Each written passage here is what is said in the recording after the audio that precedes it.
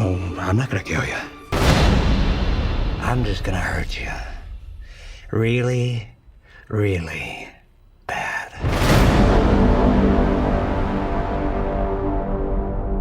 Hey everyone, and welcome to the RT Snyder Cut YouTube channel. I'm Daniel from the Reasons I'm Broke podcast, and today we're going to go through outlining what the Ayer Cut is, how different it is, why we have to do something about it, and what we are going to do to help release the Ayer Cut. Some brief history first on how we got here in the first place, and it's a similar road to what we saw with the theatrical cut of Justice League and then eventually with the Snyder Cut, but this does have its own path and its own little history. In 2016, after the negative feedback and torpedoing for Batman v Superman, Warner Brothers panicked. They hit the panic button and they went ahead and changed and interfered in a very similar way to what was done with Zack Snyder's Justice League, but they did it as early as the Suicide Squad for David Ayer. First reported in March 31st of 2016, we found out that the extensive changes were made to Suicide Squad, and this was not at the choice of David Ayer. This is something that was a studio mandate. So as early as 2016, and there was an image back in February of that same year that showed his version being at least 2 hours and 40 minutes long. And that is very different than what we got in the theatrical cut, which was 2 hours and 3 minutes long.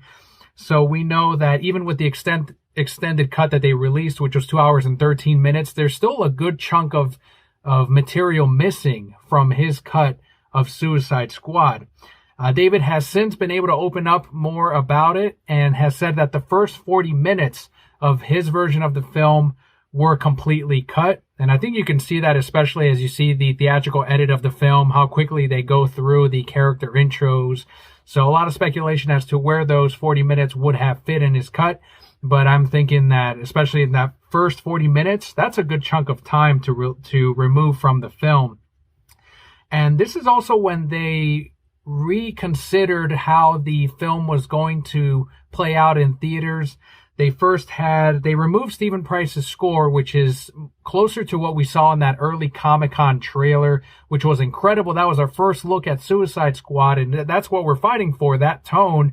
But instead, after the reception to that second trailer, which had the more pop soundtrack to it, that's when Warner Brothers, as part of its panic button hitting, they said, okay, this is what they want.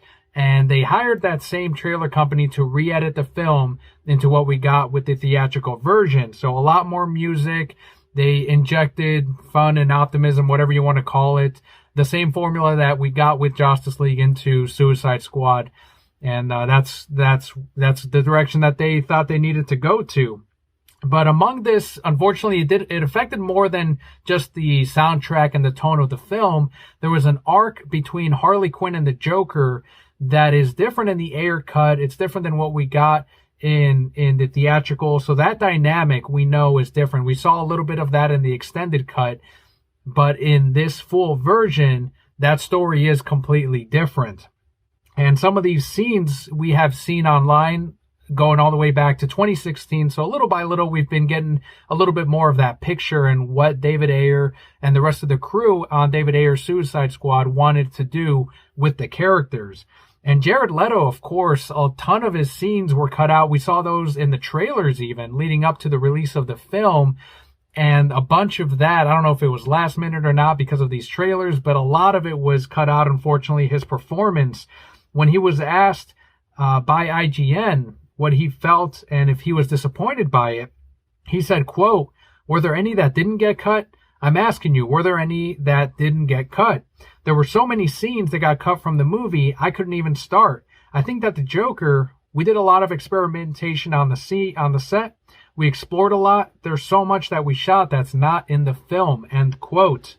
And there are other changes according to David Ayer. This was a big one to anyone that has been following Twitter or the podcast.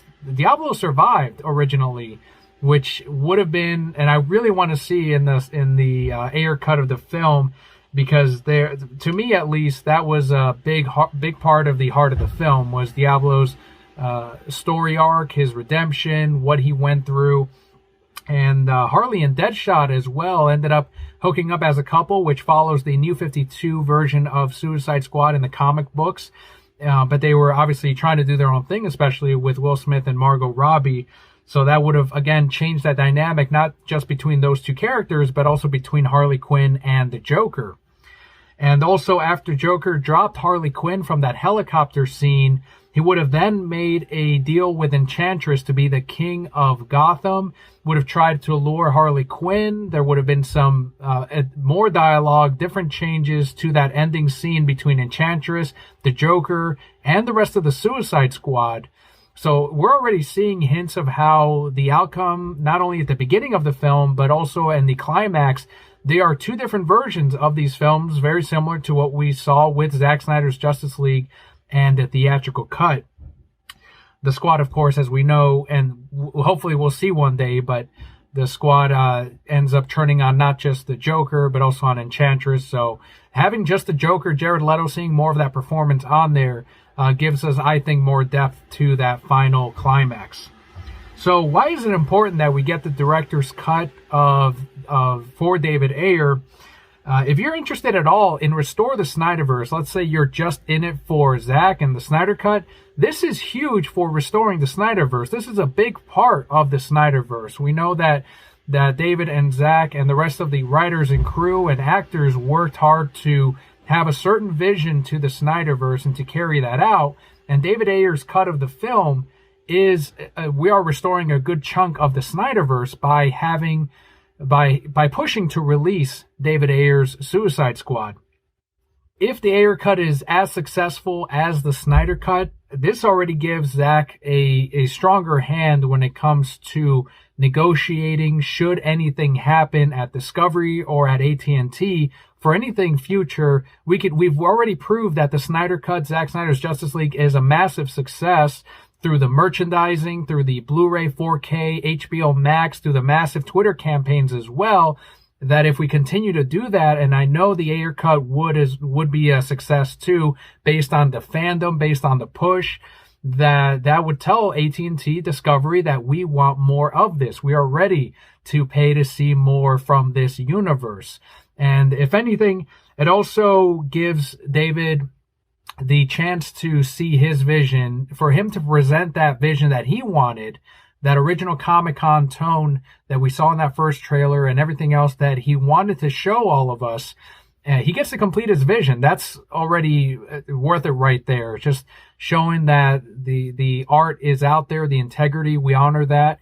And I think that'd be important for David Ayer, his actors, the crew, Jared Leto, the many scenes that were cut there, Will Smith, just so many people that would be done right by releasing David Ayer's Suicide Squad. And if DC is going forward with the multiverse, why not include David Ayer's Suicide Squad as a part of that multiverse, the SnyderVerse? And if they truly are intending to give us these different versions of these different characters, then by restoring the SnyderVerse and giving us David Ayer's Suicide Squad, that right there is already a massive a push to really enjoying and celebrating the multiverse as they intend. So that would be a good chunk of the multiverse that they could explore and they could benefit from, and that we could all really enjoy. So this is it. This is our big and final push. If we are gonna get the Ayer cut, and if we're gonna restore the SnyderVerse, this is our last chance to do it. Everyone needs to show up. Everyone needs to come out and tweet on August 5th, release the Ayer cut.